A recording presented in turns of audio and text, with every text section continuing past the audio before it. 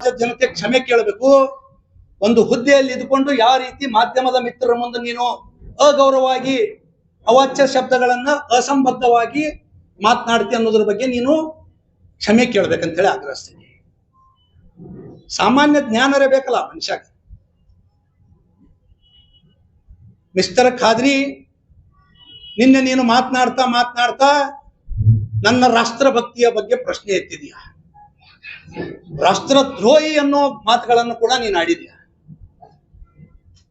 ನೀ ಯಾವ ಭಾಷೆ ಮಾತಾಡ್ತೀಯೋ ಅದೇ ಭಾಷಾದಾಗೂ ನನಗೂ ಮಾತಾಡ್ಲಿಕ್ಕೆ ಬರ್ತದೆ.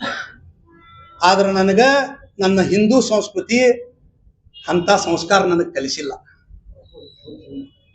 ಎದರಾ ಬದ್ರಾ ಬಂದು ನಿಂತು ಮಾತಾಡಂದ್ರ ನೀ ಹೇಳಿದ ಜಾಗನಾಗೆ ಬರ್ತೀನಿ, ನೀ ಹೇಳಿದ ಟೈಮ್ನಾಗೆ ಬರ್ತೀನಿ.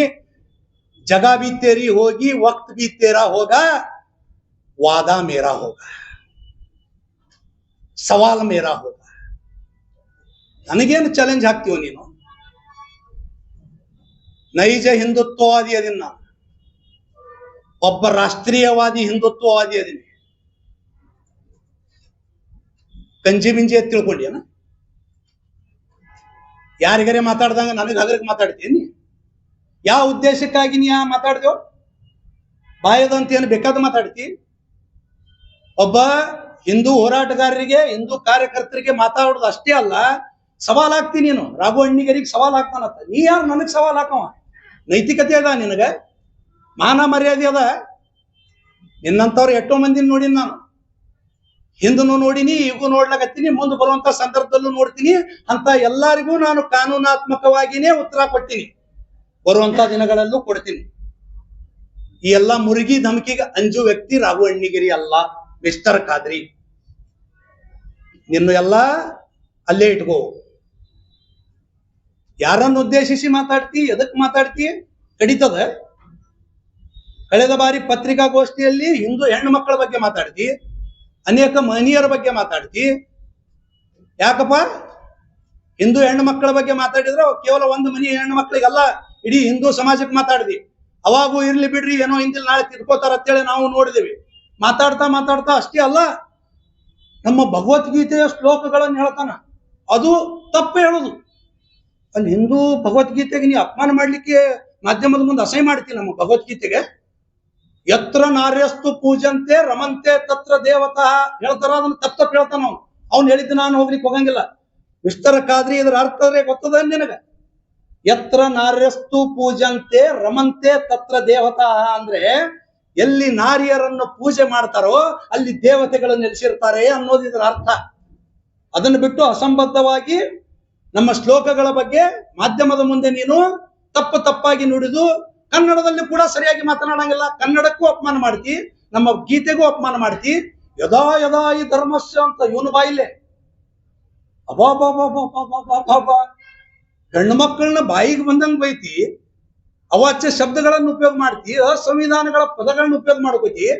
ಇದೇ ಒಂದು ಸಲ ಮಾತಾಡಿ, ಯದಾ ಯದಾ ಈ ಧರ್ಮಸ್ಯ ಗ್ಲಾನಿರ್ಭವತಿ ಭಾರತ ಅಭ್ಯುತ್ಥಾನಮ ಧರ್ಮಸ್ಯ ತದಾತ್ಮಾನಂ ಸೃಜಾಮ್ಯಹಂ ಪರಿತ್ರಾಣಾಯ ಸಾಧೂನಾಂ ವಿನಾಶಾಯ ಚ ದುಷ್ಕೃತಾಂ ಧರ್ಮ ಸಂಸ್ಥಾಪನಾರ್ಥಾಯ ಸಂಭವಾಮಿ ಯುಗೆ ಯುಗೆ.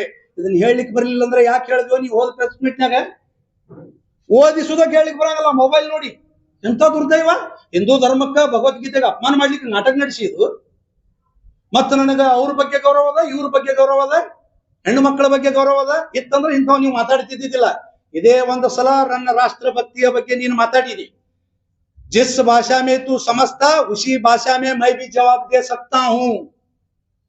कीचड़ है करके पत्थर फेंकना छोड़ दिया मैंने. अगली बार मुंह को पट्टी बांध के फेंकने की जरूरत पड़ेगी, याद रख. ಸುಮ್ಮ ಕೂಡ್ತಾರೆ, ಬೊಗಳ್ತಾವ, ಏನ್ ಮಾಡಿದ್ರು ಅಂತ ಹೇಳಿ ಸುಮ್ ಕೂಡ್ತಾರ ತಿಳ್ಕೊಬೇಡ. ನನ್ನಂಗ ಪ್ರತಿಯೊಬ್ಬ ಹಿಂದೂ ಕಾರ್ಯಕರ್ತ ತಯಾರದನ. ನನ್ನ ರಾಷ್ಟ್ರಭಕ್ತಿ ಬಗ್ಗೆ ನೀ ಏನ್ ಮಾತಾಡ್ತೀವೋ, ಎದಕ್ ಮಾತಾಡಿದಿ? ನನ್ನ ಹೆಸರು ತಗೊಳ್ಳುವಂತ ಔಚಿತ್ಯವಾದ್ರೂ ಏನಿತ್ತು ನಿನಗ? ನಾನು ಎಲ್ಲಾದ್ರೂ ಅವನ ಬಗ್ಗೆ ಮಾತಾಡಿದ್ದ 5 ವರ್ಷ?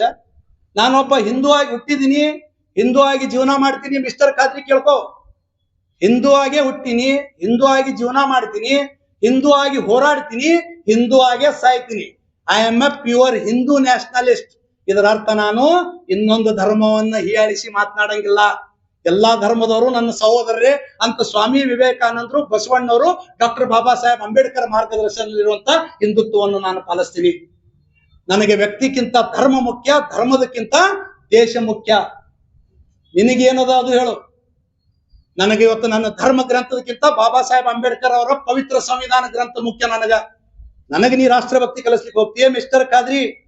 ಕೊನೆ ಬಾರಿ ಹೇಳ್ತಾ ಇದ್ದೀನಿ, this is the first and last time.